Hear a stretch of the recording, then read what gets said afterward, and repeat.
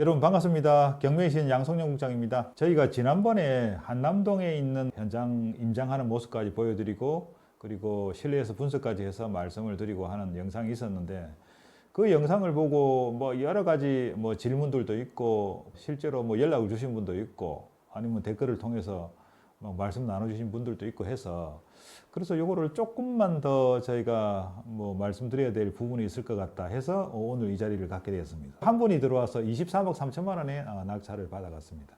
그럼 이 물건은 이제 어떻게 낙찰받고 난 다음에 풀어야 할 것이냐. 여러분 일단 토지 등기부 등본을 보면 많은 분들이 본인 자기 물건에 대한 지분을 계속 소유권 이전해서 가져간 것들이 보입니다. 수십 명이 그렇게 해서 자기의 지분을 가져갔습니다. 그러면 토지 등기부 등본을 가지고 필지가 두 개니까 두 필지에 있는 토지 등기부 등본을 가지고 한번 확인을 해야 됩니다. 확인. 어떤 사람이 예를 들어서 뭐 홍길동이가 지분 얼마를 소유권 이전해갔다 하는 거를 다 해서 정리를 해야 됩니다. 정리를 하고 그리고 난 다음에 건물 등기부 등본 다 발급을 받아야 됩니다. 여러분 이게 상당히 복잡한 작업이 한번 필요합니다. 그래서 건물 등기부 등본을 다 발급받아서 실제로 소유권을 토지 지분을 가져간 사람하고 한번 매치를 시켜봅니다. 그러면 만약에 여기서 토지와 건물이 동일하게 나타난 사람이 있으면 이 건물은 그 호수는 건물뿐만 아니라 토지도 소유권을 가져간 정상적인 집합 건물이 되어집니다.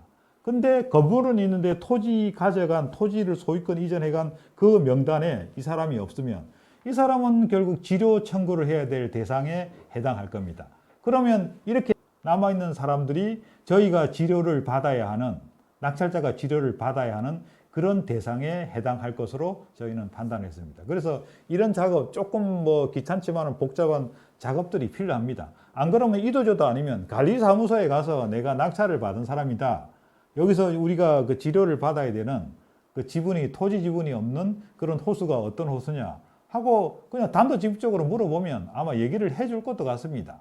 그때 저희가 얘기를 잠깐 나눠보니까 그때 그 관리사무소에 있는 관리소장으로 생각되는 그분이 하시는 말씀이 지금 경멸물건 사무실 3개도 지료를 납부하지 못해서 소유권을 이전해간 물건이다. 뭐 그런 식으로 벌써 관리사무소도 알고 있으니까 이렇게 복잡한 작업을 하지 않으려면 관리사무소를 통해서 우리가 지료를 받는 호수가 뭐 1층에, 2층에, 3층에, 10층에 뭐 어느 호수가 있는지를 파악을 하면 됩니다.